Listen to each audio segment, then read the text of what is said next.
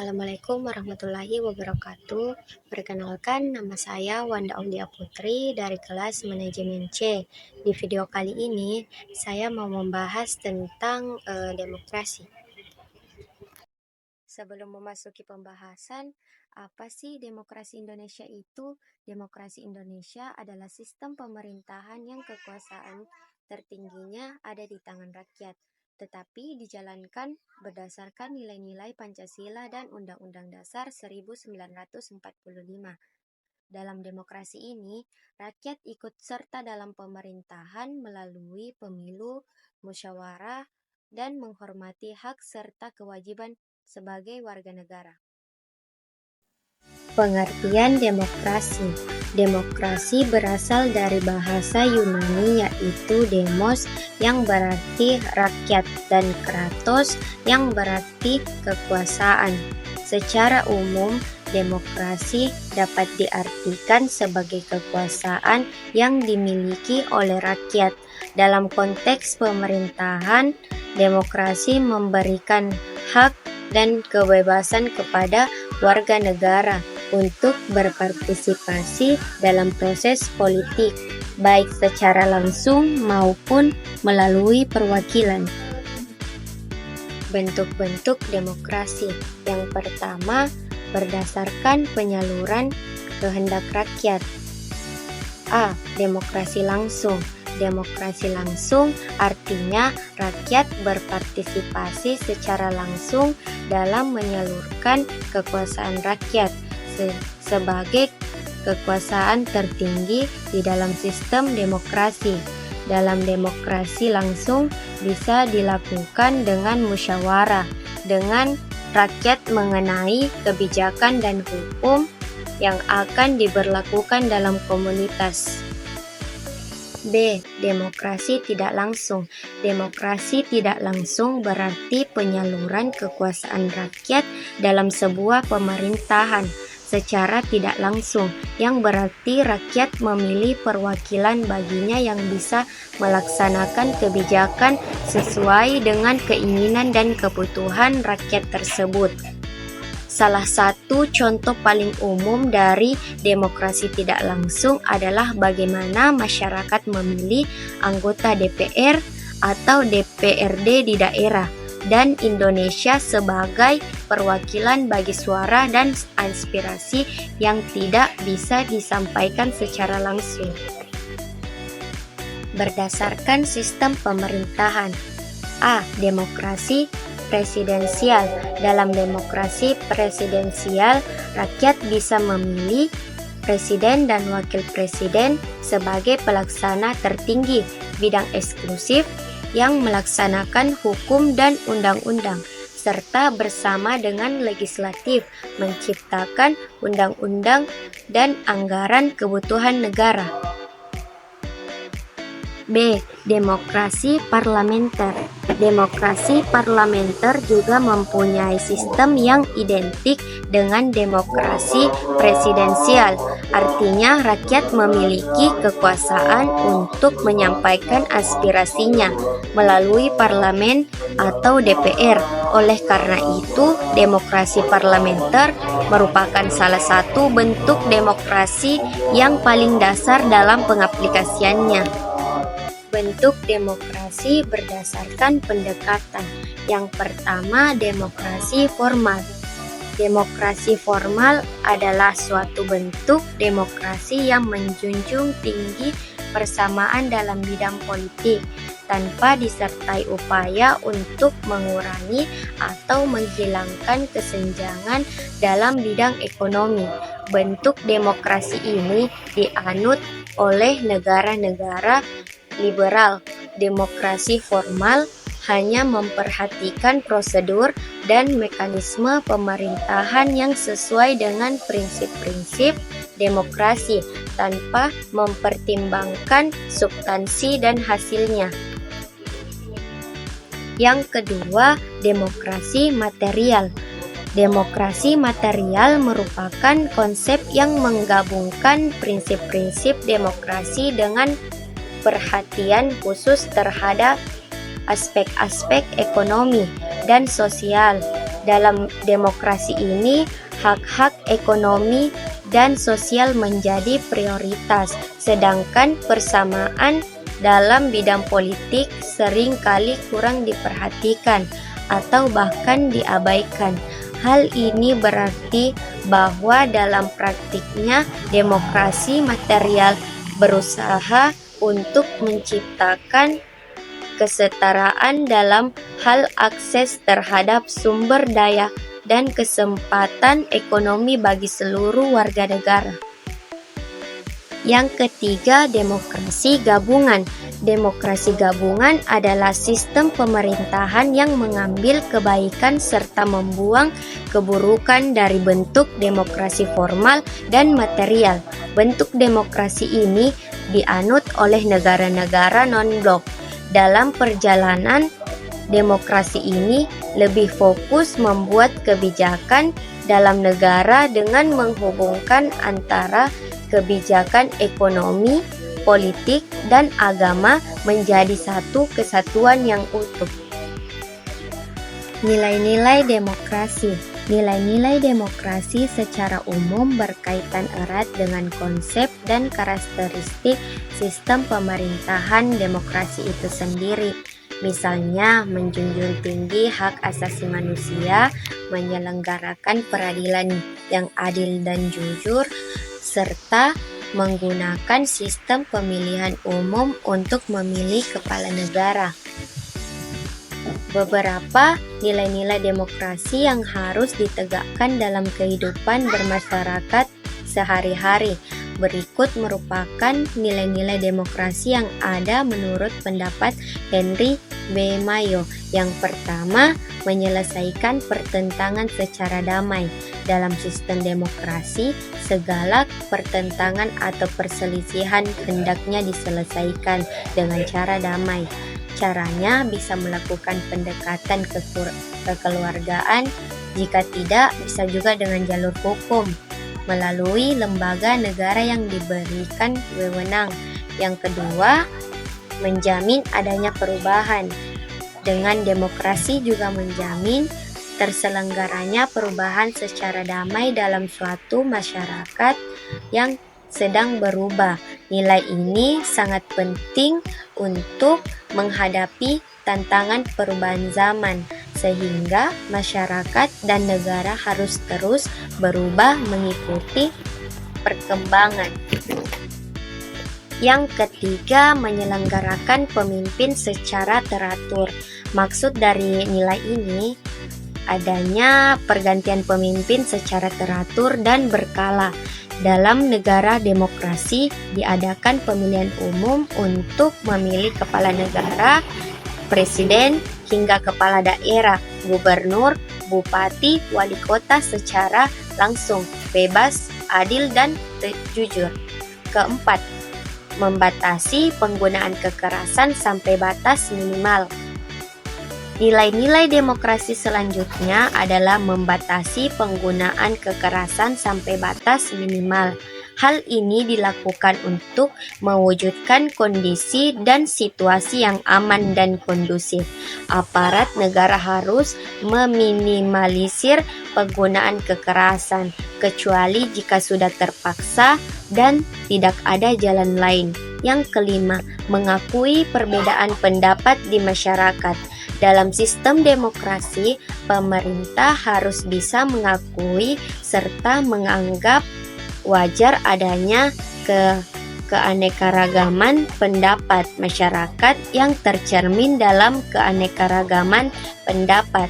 Perbedaan pendapat merupakan hal yang biasa, bahkan bagus bagi kondisi negara yang bebas dan demokratis. Yang keenam, menjamin tegaknya keadilan. Keadilan menjadi elemen penting dalam sebuah negara demokrasi. Hal ini sesuai dengan salah satu ciri-ciri negara demokrasi, yakni semua orang memiliki kedudukan yang sama di mata hukum. Pemerintah harus mampu menjamin tegaknya keadilan dalam kehidupan bermasyarakat. Macam-macam demokrasi yang pernah berlaku di Indonesia. Demokrasi diterapkan di berbagai negara, dilakukan untuk memenuhi kebutuhan masyarakat dan menemukan solusi dari masalah yang terjadi setiap negara. Menggunakan jenis demokrasi yang berbeda-beda, negara kita, Indonesia, menggunakan beberapa demokrasi sejak kemerdekaannya.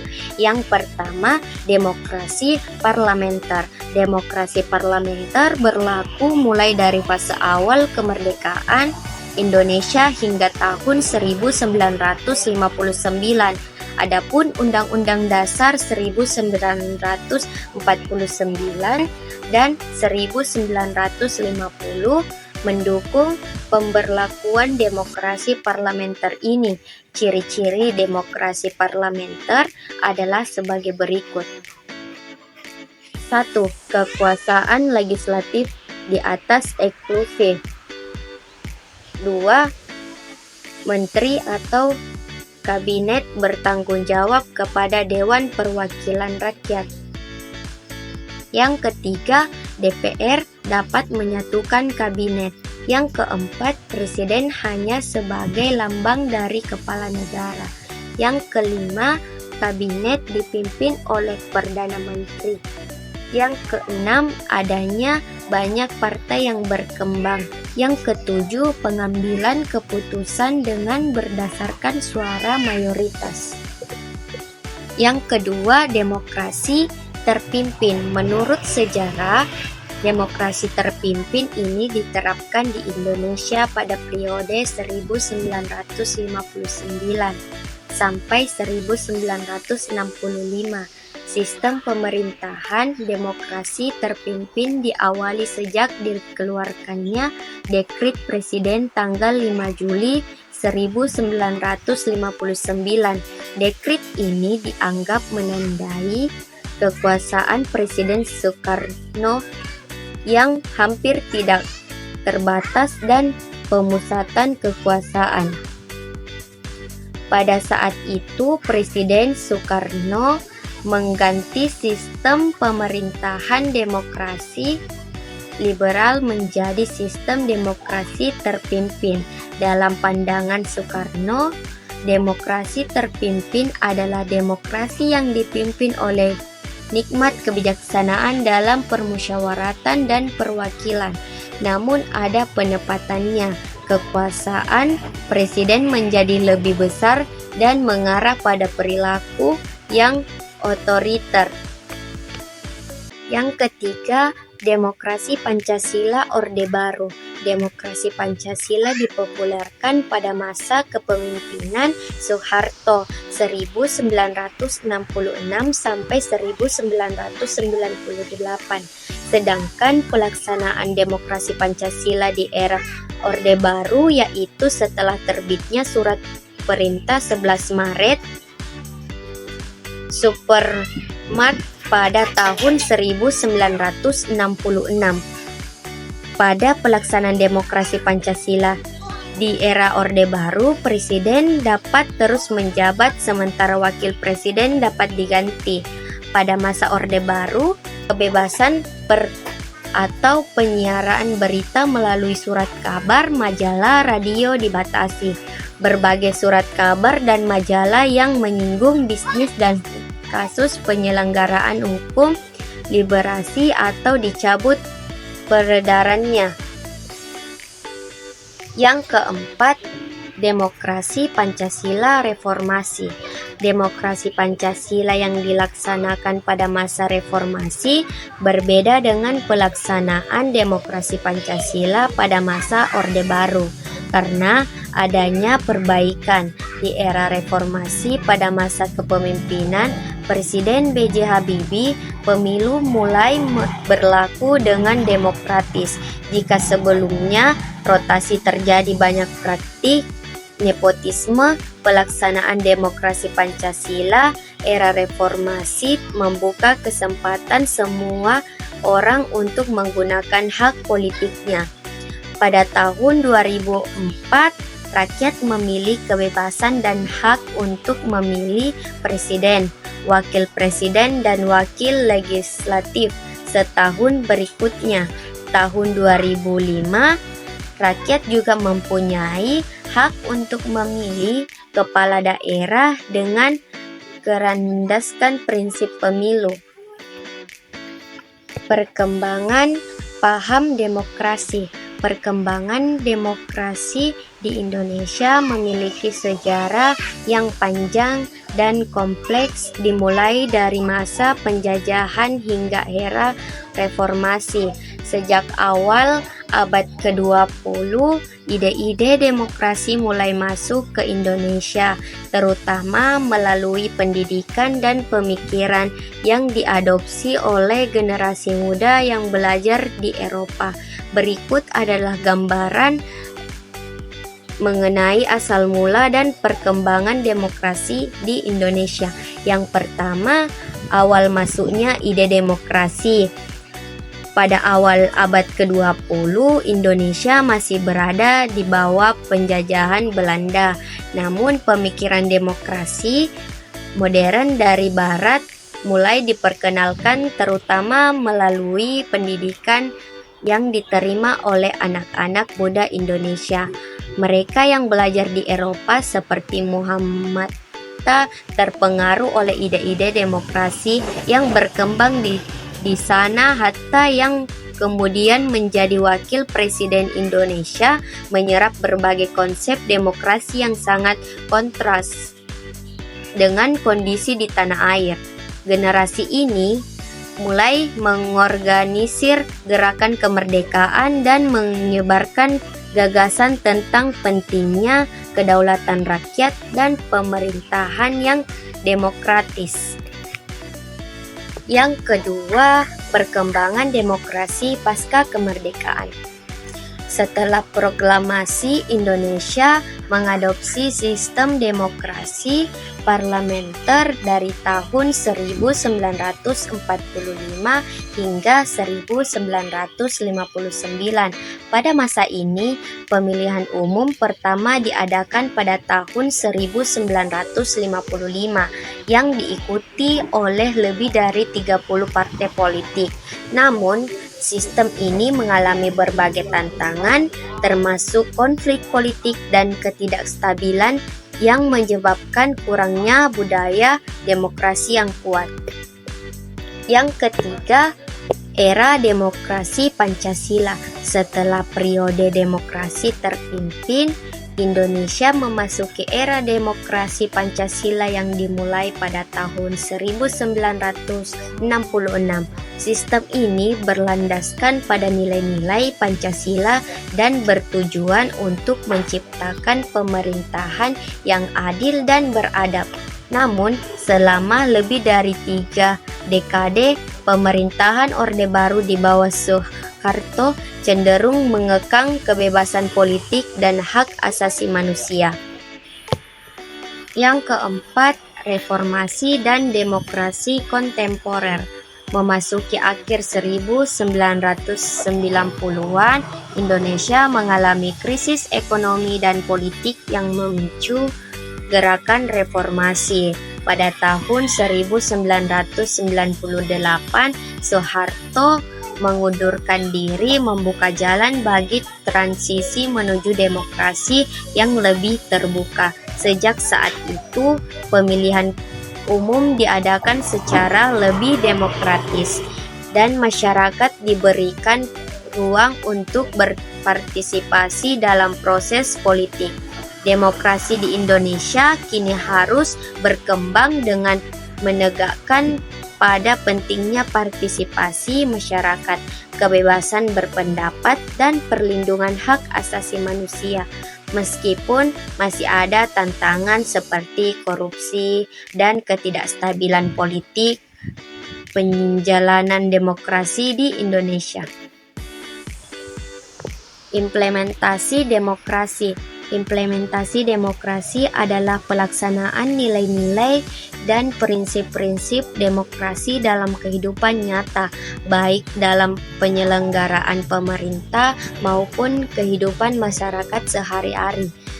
Di Indonesia, implementasi demokrasi tidak hanya tercermin dalam aspek formal seperti pemilu, tetapi juga dalam praktik kebebasan berpendapat, penghormatan terhadap hak asasi manusia, serta keterlibatan masyarakat dalam proses pengambilan keputusan. Yang pertama, pemilihan umum yang demokratis. Pemilihan merupakan wujud nyata dari demokrasi di mana rakyat berdaulat untuk menentukan siapa yang akan memimpin dan mewakili mereka. Sejak tahun 2004, Indonesia menerapkan pemilu langsung untuk memilih presiden, anggota DPR, DPD, DPRD, serta kepala daerah. Proses ini memberi rakyat kebebasan dalam menentukan pilihan politiknya yang merupakan inti dari sistem demokrasi. Yang kedua, kebebasan berpendapat dan berkumpul. Implementasi demokrasi juga ditunjukkan melalui adanya kebebasan berpendapat, berkumpul, dan berserikat. Masyarakat memiliki hak untuk menyampaikan aspirasi melalui unjuk rasa, diskusi publik, media sosial, dan media massa. Pemerintah tidak boleh membungkam suara rakyat selama disampaikan secara damai dan sesuai hukum. Ini menjadi indikator penting dalam nilai kualitas demokrasi suatu negara. Yang ketiga, peran dan fungsi lembaga legislatif. Dewan Perwakilan Rakyat atau DPR dan Dewan Perwakilan Daerah atau DPD berfungsi sebagai wakil rakyat dalam mengawasi jalannya pemerintahan. Melalui lembaga legislatif, rakyat terlibat secara tidak langsung dalam proses penyusunan undang-undang dan pengawasan terhadap kebijakan pemerintah. Lembaga legislatif menjadi bagian dari sistem check and balance untuk mencegah penyalahgunaan kekuasaan. Yang keempat, keterbukaan dan transparansi pemerintah. Pemerintah di era demokrasi dituntut untuk terbuka dalam penyampaian informasi publik, terutama yang menyangkut kebijakan anggaran dan program-program pembangunan. Melalui keterbukaan ini, masyarakat dapat ikut mengawasi dan mengevaluasi kinerja pemerintah. Undang-Undang Keterbukaan Informasi Publik tahun 2008 menjadi landasan hukum bagi hak masyarakat atas informasi. Yang kelima, kebebasan pers. Pers yang bebas dari tanggung jawab merupakan pilar penting demokrasi. Di Indonesia, kebebasan pers dilindungi oleh undang-undang. Media berfungsi sebagai alat kontrol sosial, menyuarakan kepentingan publik serta memberikan informasi secara objektif. Yang keenam, kehadiran lembaga penegak hukum dan pengawasan. Implementasi demokrasi juga ditujukan melalui adanya lembaga penegak hukum dan pengawas yang independen seperti yang pertama KPK, Komisi Pemberantasan Korupsi, untuk memberantas praktik korupsi di kalangan pejabat. Yang kedua, Mahkamah Konstitusi untuk menyelesaikan sengketa hasil pemilu dan menguji undang-undang terhadap Undang-Undang Dasar 1945. Yang ketiga, Bawaslu dan KPU untuk mengatur dan mengawasi proses pemilu agar adil dan jujur. Yang ketujuh, pendidikan politik dan partisipasi masyarakat. Masyarakat yang sadar politik akan lebih aktif dalam kehidupan demokratis. Oleh karena itu, implementasi demokrasi juga terlihat dari semakin meningkatnya partisipasi rakyat dalam pemilu, diskusi publik, forum, musyawarah, dan pengawasan terhadap pejabat publik. Pendidikan politik menjadi kunci dalam menciptakan warga negara yang kritis dan bertanggung jawab. Kesimpulan, demokrasi merupakan sistem pemerintahan yang menempatkan rakyat sebagai pemegang kekuasaan tertinggi, di mana setiap warga negara memiliki hak yang sama dalam berpartisipasi dalam proses politik. Dalam konteks Indonesia, demokrasi tidak hanya menjadi sistem pemerintahan, tetapi juga bagian dari jati diri bangsa yang sejalan dengan nilai-nilai Pancasila. Itulah tadi pembahasan dari saya. Kurang dan lebihnya mohon dimaafkan. Wabillahi taufiq wal hidayah. Wassalamualaikum warahmatullahi wabarakatuh.